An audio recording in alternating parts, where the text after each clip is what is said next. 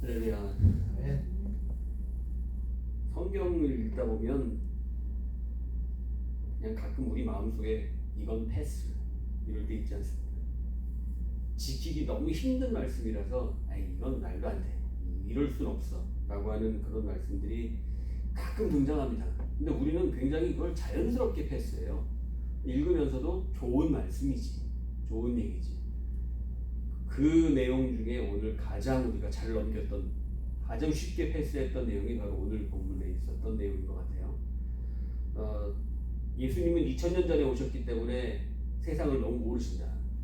요즘에 2024년을 살아가는 4차 산업혁명 시대를 살아가는 우리들의 삶 속에 예수님처럼 살면 큰일 난다 라고 하는 강한 믿음이 우리가 하나님을 믿는 믿음보다 어쩌면 더 강하게 자리 잡고 있는지도 모르겠어요.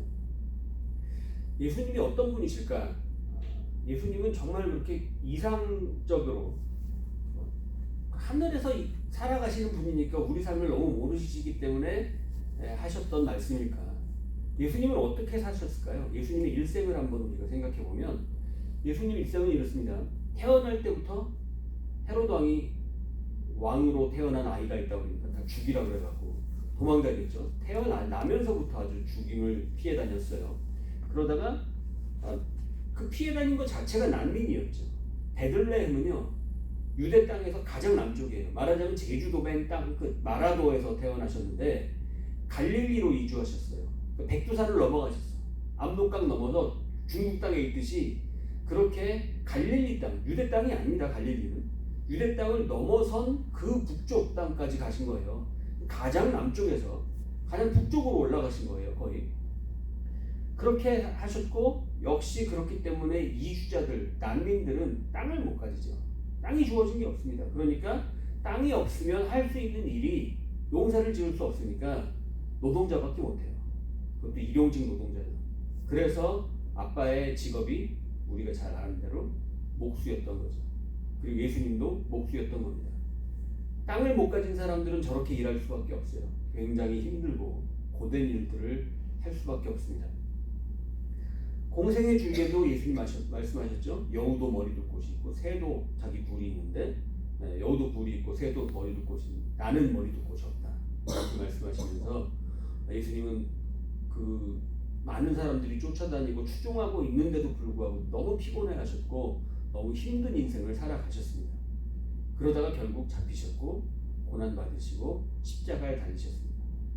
예수님 삶이 그렇게 아주 이상적이고 편안하게, 그래서 우리의 삶을 전혀 이해 못하시는 그런 인생으로 느껴지십니까? 현실을 너무 잘 아시고 우리 삶을 구석구석 아주 깊이 잘 아시는 삶을 직접 느끼셨고 땅에서 그대로 살아가셨고 그 삶 가운데에서 우리에게 말씀하신 내용이 오늘 본문입니다. 그런데 어떻게 이렇게 황당한 말씀을 하실까요? 오늘 성경 본문 중에 그 황당한 내용이 오른뺨을 맞으면 왼편을 돌려대라. 그리고 오리를 가라 하면 심리를 가져라. 속옷을 가져가면 겉옷까지 내주라. 예수님의 말씀입니다. 아멘이십니까? 잘 안 믿으세요 우리 사람들. 아멘 잘 못하십니다. 왜냐면 이게 아멘이 안 되거든요. 우리 자녀들에게 이렇게 키워보신 적 있으세요? 너 학교에서 누가 오른뺨 때리면 이쪽도 때려줘. 그리고 대라고 가르치셨습니까? 속옷을 달라고 했더니 겉옷을 달라고 겉옷까지 내주라고 그렇게 교육시키셨습니까? 학교에서 아이들이 삥 뜯는다고 돈 내놓으라고 했을 때 여기도 있어. 너 몰랐지? 지갑 속에 돈 더 있다? 그리고 다 내어주라고 그렇게 가르치셨습니까? 제가 처음에 전도사 시절인데 좀 그렇긴 한데 우리 아들이 그 교회에 가장 헌금을 많이 드리는 안수집사님이었어요. 그분의 아들이 우리 아들보다 한 살이 많아요. 그래가지고 같이 교회에 있으면 얘가 우리 아들을 자꾸 괴롭혀요.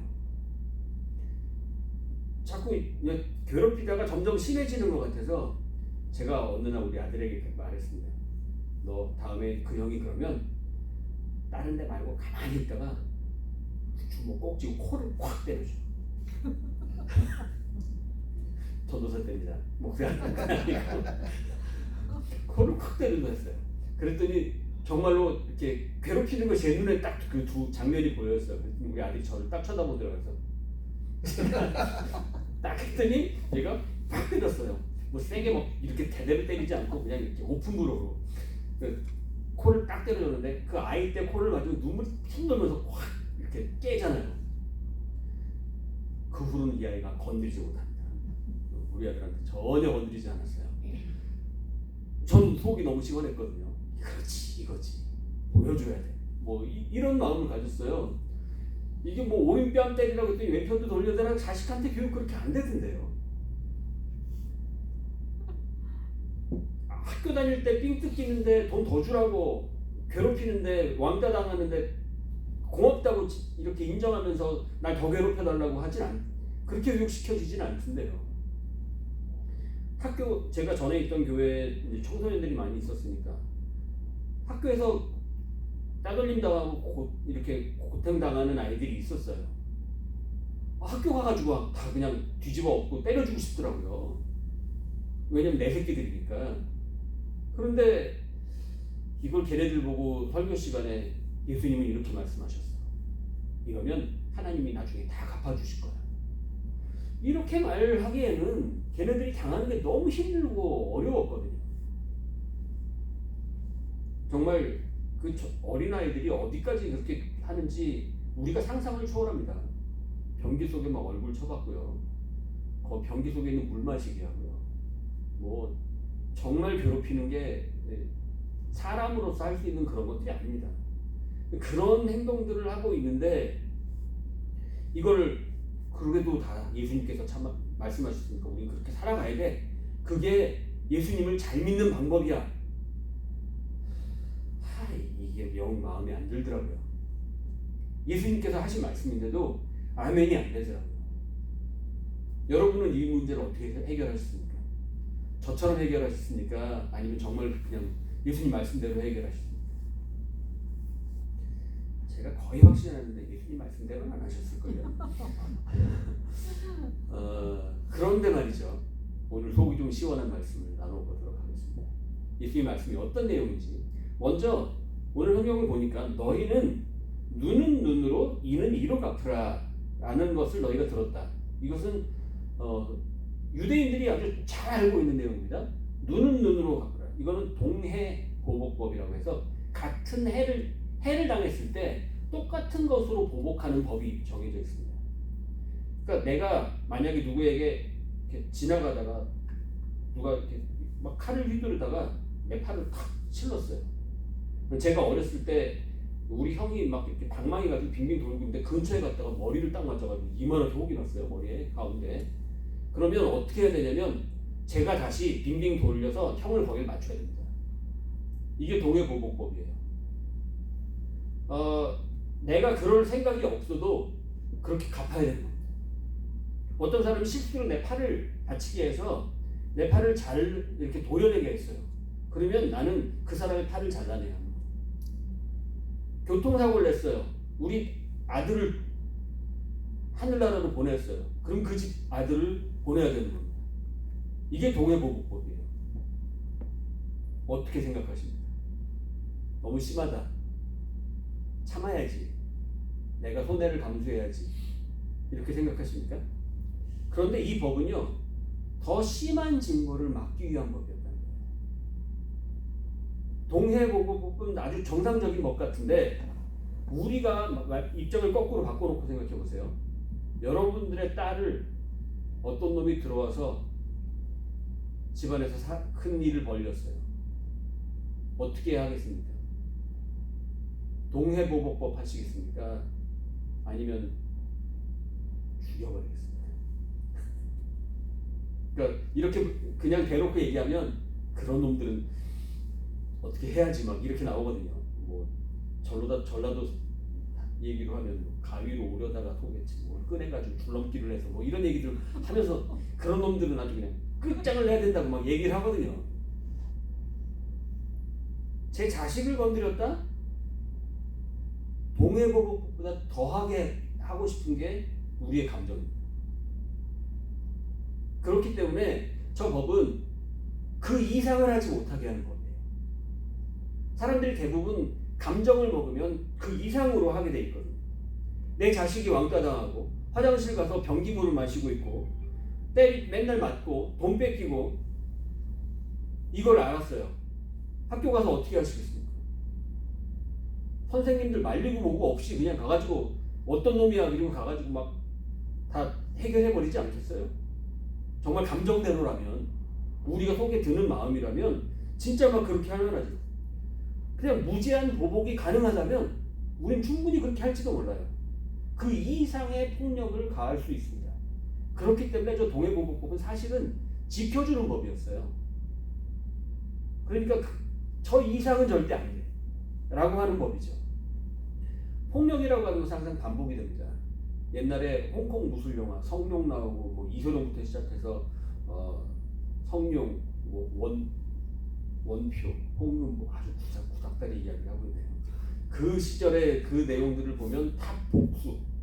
스승님이 누구에게 딱 당해서 복수심이야 이래가지고 가서 다시 그냥 가가지고 거기를 막 무술에 이겨주고 거기를 갚아주면. 근데 이게 그걸로 이제 끝나는 게 아니라 그쪽에서 또 이렇게 복수심을 품고 와서 또 공격하겠죠. 옛날 뭐 영웅본색 봐도 맨 그런 거 아니에요. 마피아들도 서로 싸우고 죽이고 복수하고. 이 폭력이라고 하는 것은 누가 당하면 갚아주면 동해보복법은 문제는 그쪽에서 또 당했으니까 또 갚아요. 이게 끝없이 악순환됩니다. 이게 문제라는 거예요. 지금 눈은 눈으로 이는 이로 갚으라는 것을 너희가 들었는데 이것을 당한 사람 입장에서는 갚으면 너 너무 심하지 않아? 일부러 그런 것도 아닌데 이러면서 감정을 먹고 나중에 또 해코지를 하고 자꾸 문제가 되는 거예요. 그래서 너희에게 이르노니 악한 자를 대적하지 말아라. 악한 자와 상대하지 말아라. 그 사람이 하는 행동과 똑같이 하지 말아라 라는 걸로 말씀하십니다. 그러니까 동해보복법에 대한 이야기가 아니에요. 그러면서 보복의 악순환을 너는 끊어야 한다. 그렇게 똑같이 눈은 눈으로 이는 이로 하면 악순환이 이루어지고 그렇기 때문에 끊어야 된다. 그러면 어떻게 하느냐? 그러면서 예수님이 말씀하신 게 오른뺨 때리면 왼뺨 되고 오리 가라면 심리 가고 속옷 달라면 겉옷까지 주는 이 말도 안 되는 걸 얘기하신 거예요. 여러분들이 예수님 곁에 있다가 이 얘기하시면 떠나가지 않겠습니다.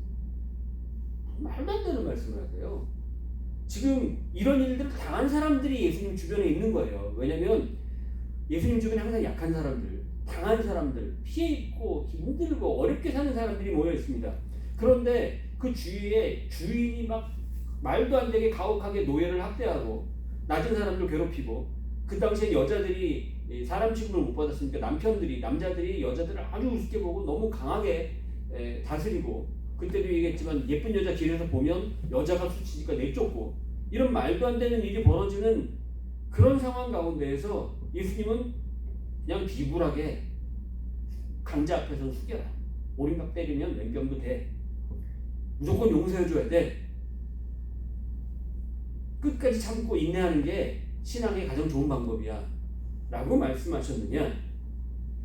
여기서부터 반전이 일어납니다. 오른뺨을 맞으면 왼편도 돌려대라. 저기에 지금 애니메이션으로 저 여자애가 때렸습니다. 어느 뺨을 맞았나요? 맞은 뺨이 왼뺨이죠. 지금 여기는 순서가 오른뺨을 때린 겁니다. 왼뺨을 맞은 이유가 뭐죠? 오른손잡이입니다. 앞에 있는 사람이 오른손잡이입니다. 이스라엘은요 왼손 쓰면 안 됩니다. 왼손 쓰는 건 왼손 문화가 아니에요. 그렇기 때문에 오른손으로 사람을 때려야 합니다. 그런데 오른손으로 때릴 때 오른뺨을 때릴 방법이 있습니까? 방법은 이거밖에 없죠. 이게 아니고 이겁니다. 그렇죠? 이렇게 때려요. 손등으로 때려야 오른뺨을 때릴 수 있습니다.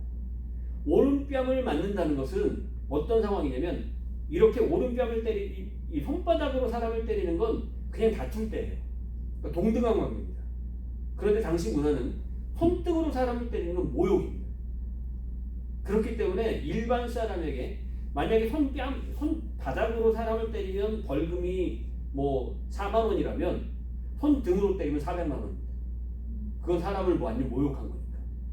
그렇게 법으로 정해져 있는데, 그렇기 때문에 손등으로 때리는 건 어떤 위치냐면 주인이 하인에게, 주인이 노예에게, 상관이 부하에게, 남편이 아내에게 그렇게 손등으로 때리는 거예요.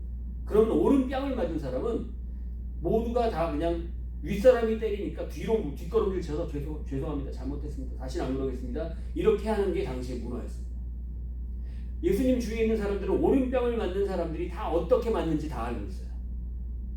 그런데 오른 뺨을 이렇게 거꾸로 해서 맞았는데 이 사람이 어떻게 하라고요? 왼뺨 때리라고 돌려대는 겁니다. 그러면 어떤 느낌일까요?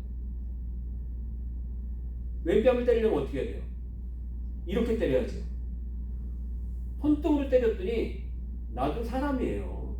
나도 인권이 있고 나도 정상적인 하나님 사랑하시는 한 존재, 귀한 존재입니다. 그런데 나를 왜 이렇게 모욕을 주십니까? 나도 사람 취급해 주세요. 이쪽으로 때리세요. 그 얘기입니다. 이거는 보통 대드는 게 아니라 장난이 아닌 하극상입니다. 갑자기 항상 손등에 맞았던 사람이 손등으로 때렸고 하인들을 항상 때렸는데 왼쪽 갑자기 이 사람이 평소에는 오른뺨 맞고 그냥 뒤로 물러나더니만 갑자기 어느 날 왼쪽도 때리세요. 그럼 이 사람이 얼마나 놀랄까요? 항상 자기는 그렇게 사람을 무시하고 함부로 막 때리고 아랫사람들 막 그렇게 부렸던 사람인데 이쪽도 때리라고 하니까 내가 잘못한 거야? 충격을 받고 내가 너를 사람 취급하지 않았구나. 이렇게 되는 겁니다. 이 오른뺨 때리면 왼편을 돌려대라는 게 이런 비밀이 있었어요. 이런 반전이. 그러면 그 이후에 나오는 것들은 뭘까요? 속옷을 고소해서 속옷을 달라 합니다. 너를 고발하여 속옷을 가지고자 하는 자에게는 겉옷까지도 가지게 하며 고발해서 속옷까지 가지겠다. 속옷은요 지금 우리가 생각하는 언더웨어가 아닙니다. 그런 것은 당시 안 입었어요. 이게 겉옷이고요. 이게 속옷입니다. 그러니까 당시에 겉옷은 하나밖에 없죠. 가정에 한 벌밖에 없는 게 겉옷입니다. 그러니까 자산이에요. 그래서 그걸 담보물로 잡지도 말라 그랬어요. 빚에 대해서 그것을 담보로 잡지도 말고 잡았어도 밤에는 돌려주라. 왜냐하면 그게 이불이기 때문에 그 사람이 이불은 넣고 자게. 추운데 밤에 고통받지 않으니까 겉옷은 저당 잡지 마라는 법이 정확히 있습니다. 그러니까 이들이 저당 잡는 게 속옷이에요. 속에 있는 옷을 저당 잡는 거예요. 겉옷이 법이 정해져 있으니까.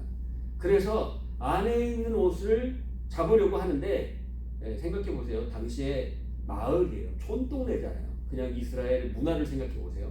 옆집 누구네 집 다 압니다.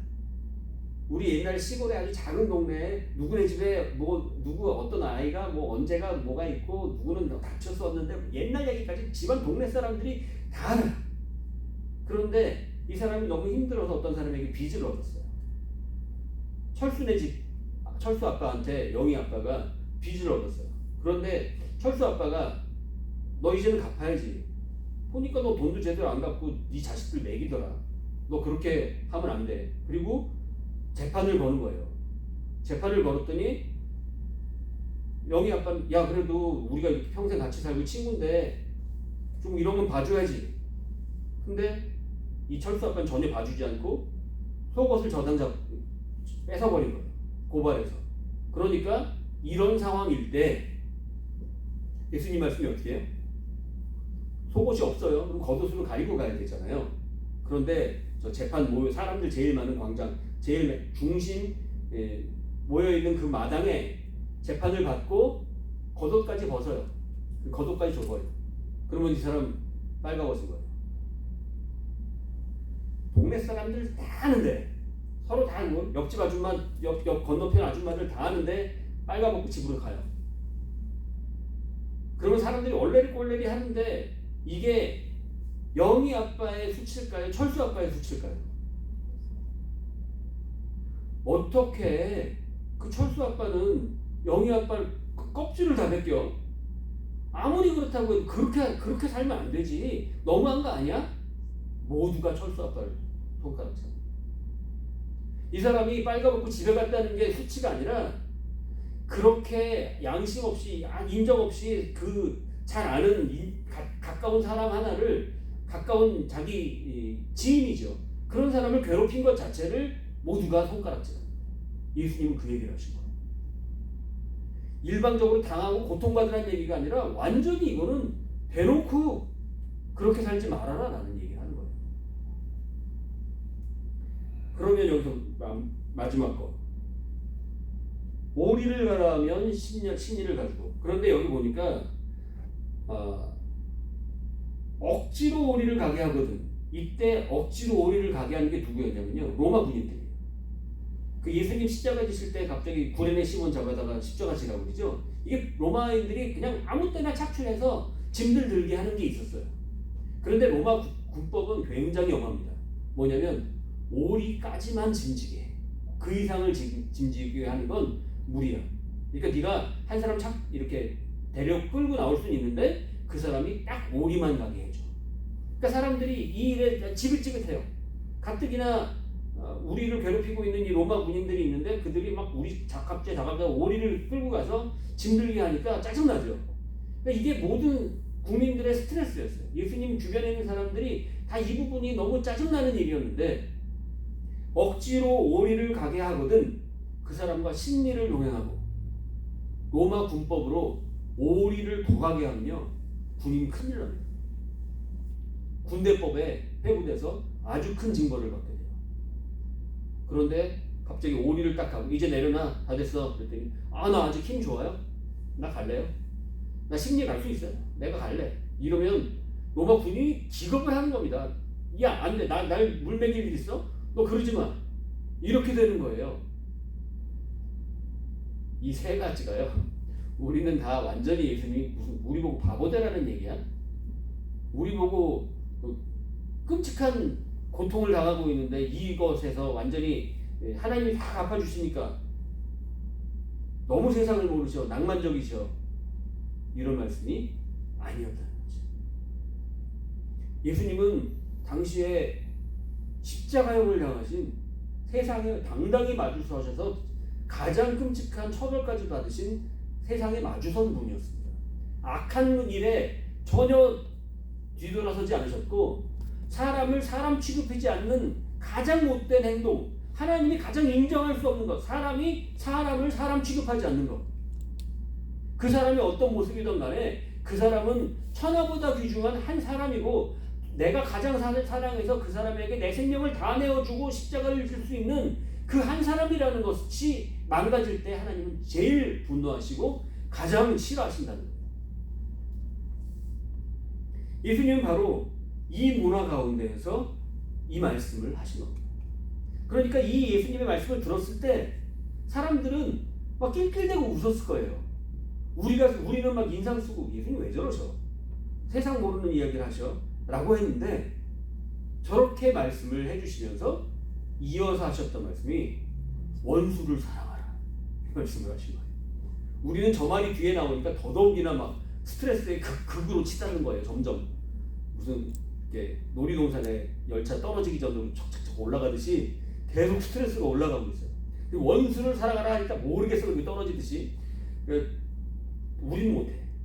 원수를 어떻게 사랑해요? 아니 말도 안 돼. 라고 그렇게 생각하는 거예요. 그런데 이 이웃을 사랑하고 원수를 미워하라 하는 것을 너희가 들었으나 이건 율법입니다. 그런데 너희 원수를 사랑하며 박해하는 자를 위하여 기도하라. 지금까지 얘기한 나를 손등으로 때리고 나를 오리를 짐을 지우게 하고 내 속옷을 저당 잡아서 뺏어가는 그런 사람들, 가진 자들, 나를 사람 취급하지 않는 사람들을 어떻게 대해야 되느냐? 그들을 위해 기도하라는 거예요. 그리고 그들을 미워하지 말라는 거예요. 미워하게 되죠. 미움이 생깁니다. 미움이 안 생길 수 없어요. 제가 어제 어떤 분을 만났는데 동성애에 대한 굉장한 거부감이 있는 분이라 막 이렇게 심하게 얘기를 하고 계시길래 저도 동의하는데 그런데 우리가 한 가지 잃지 말아야 할 것은 그것이 그 사람들을 향한 분노나 혐오, 배제, 그 사람들을 이 사회로부터 제거해야 된다고 하는 아주 미움이 원인이 되어 있는 거라면 우리는 신앙인으로서 문제가 있는 거 아니냐. 모두 하나님께서 보시는 상황이라면 그들을 사랑하기 때문에 나오는 어떤 행동이어야 된다는 거지. 근데 우리가 이 부분을 생각하지 않고 그냥 마음속에서 일방적으로 내 마음에 들지 않는 사람들을 마음껏 혐오하고 배제하고 내 인생으로부터 다 보기 싫은 것들은 사라져버려라고 생각하는 것 자체가 하나님의 뜻은 아닌 것 같다 라는 생각이 드는 거예요. 너희는 그들을 위하여 기도하라. 이같이 한즉 하늘에 계신 너희 아버지의 아들이 되리니. 아들이 하나님의 아들이 돼서 하나님이 책임져 주시기 때문에 지금 저 당하는 모든 것도 진짜로 하나님이 다 갚아주시는 그런 상황이 될 수 있는 방법은 저들을 미워하지 말고 그들을 위해 기도하고 그들을 사랑하는 마음을 최소한 버리지 않는, 사람을 사람으로 볼 줄 아는 마음을 내려놓지 않는 것. 우리가 주변에 정말 마음에 들지 않는 사람이 있어도 그 사람을 정말 미워하는 것이 아니라 사랑하는 마음을 내려놓지 않는 것. 이것이 우리가 하나님의 아들이 되는 방법이라는 거예요. 박해하는 자들을 기도하고 이같이 하면 너희 하늘에 계신 너희 아버지의 아들이 되는 거예요. 아들이 되면 이제 걱정이 없어요. 내가 무슨 일 당해도 아버지가 뒤에서 백이 돼주시니까 아들 되는 것 가장 중요합니다. 그러면서 하는 말씀이 하나님은 지금 너를 괴롭히는 사람도 있지만 너에게 고통받는 사람도 있다.